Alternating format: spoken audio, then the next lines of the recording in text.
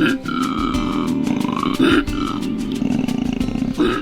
everybody, my name's Craig. I'm a Koala Keeper here at Healesville Sanctuary, bringing you today a special online version of our Koala Talk. Joining me I have one of our favourite koalas here at the Sanctuary, Noojee. So Noojee is a 5-year-old male koala.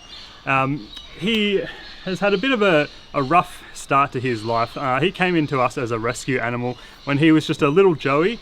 Unfortunately, when he was very young, he was actually hit by a car as a wild koala, but was picked up by a wildlife rescuer, brought into our hospital here on site, and was given the all clear by our vet team after a little while, and was given over to one of our keepers to be hand raised. So unfortunately, coming in at such a young age, he was unable to be released in the wild again, but that's why he stayed here with us.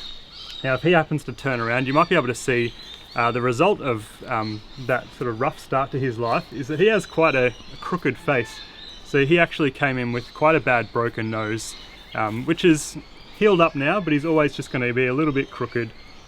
Koalas are one of the most specialised feeders of any animal in the world, so they're going to eat pretty much exclusively these eucalyptus leaves right from when they're really young. Not long after they leave their mother's pouch, they're going to start eating those eucalyptus leaves, and it's going to need to sustain them basically for the rest of their life. They're going to eat pretty much nothing else.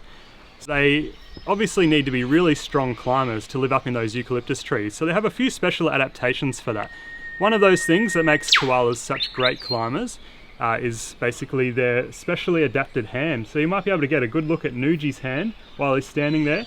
So just like us, they have those 5 digits, but where we have that one opposable thumb for gripping, koalas have actually got 2 on each hand, which gives them basically double the grip that we have. But they've also got those nice long sharp claws that you can see there, which are really important for gripping onto the bark on some of those trees as well. Otherwise they're just never going to make it up to the top of those trees where those leaves are waiting for them.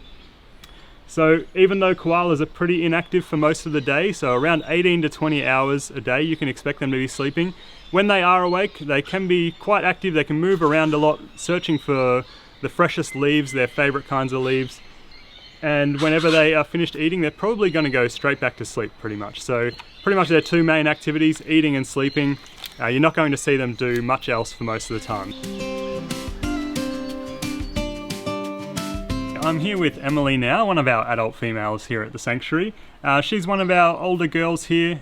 She's actually had a few joeys before in the Sanctuary. And I was just going to talk to you a little bit about koala breeding season, which is the one time of the year we start seeing our koalas' behaviour change a little bit, particularly our male koalas. So during this time of the year, starting around September or October, finishing up around March or April, so just winding down now, we start to notice a few changes in our koala boys. And one of those changes we start noticing is that they start vocalising quite a lot. So for anybody who has never heard a koala bellow before, definitely check that out.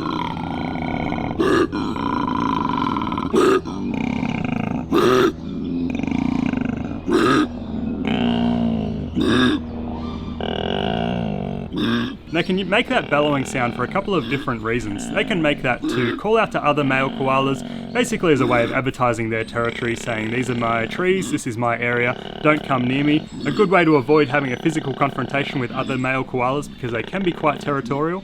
But they can also use it as a mating call. So if a male koala can sense that a female is getting ready to breed, coming into her estrus cycle, he'll use that bellowing sound to call out to her to try to attract her. If he's successful, they will come together and they will mate. Usually only takes a couple of minutes and that's all they need, and then they'll go their separate ways, possibly to never see each other again.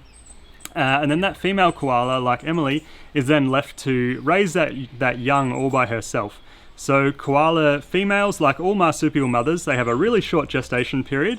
So for koalas, it's only around 32 to 35 days, a really short amount of time for a pregnancy. And after that time, they give birth to a really tiny, really underdeveloped young called a joey. If you can imagine something that is about the size of a jelly bean or the size of your thumbnail, about that big. It's completely furless, so it's pink all over. It doesn't have properly formed limbs yet. It doesn't have properly functioning eyes or ears. But what it does have, right from the day it's born, is a really strong sense of smell, and it's got some strong little forearms, even though they're not completely developed yet.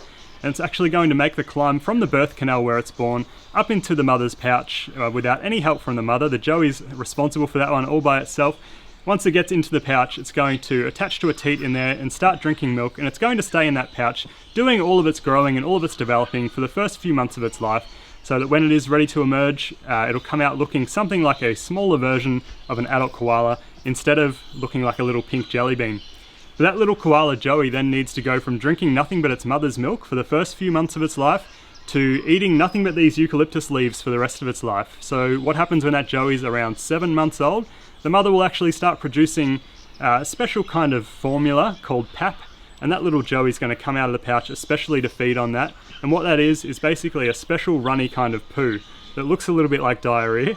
And the little Joey's going to come out, feed on that directly from the mother. It's going to nuzzle up to her. And that's a really good way, as disgusting as it sounds, for that mother koala to pass on the good bacteria in her gut, kind of like a good probiotic, pass that on to her Joey, and that's going to allow that Joey to then start digesting those eucalyptus leaves.